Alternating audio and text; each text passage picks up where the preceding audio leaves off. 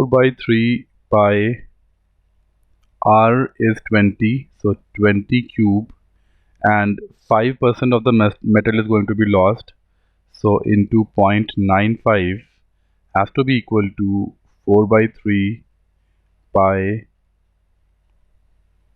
first 4 cube into, let's say, the number of balls n. So 4 by 3 pi, 4 by 3 pi, that can get cancelled.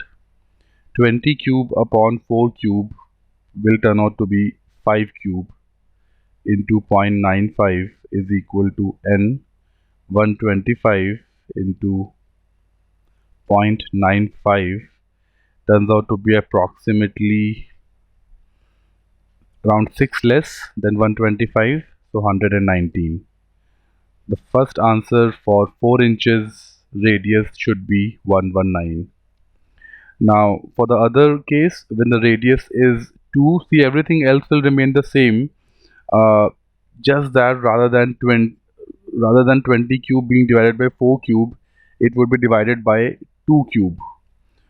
4 cube upon 2 cube is 8, so the answer should be 119 into 8. The answer would be 8 times, because rather than 4 cube in the denominator, we have 2 cube in the denominator while finding the value of n.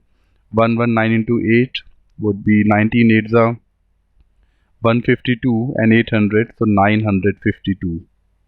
952 is the value. That's an approximate value, of course. The closest answer is 950. So the right combination of answers, 119 and 950.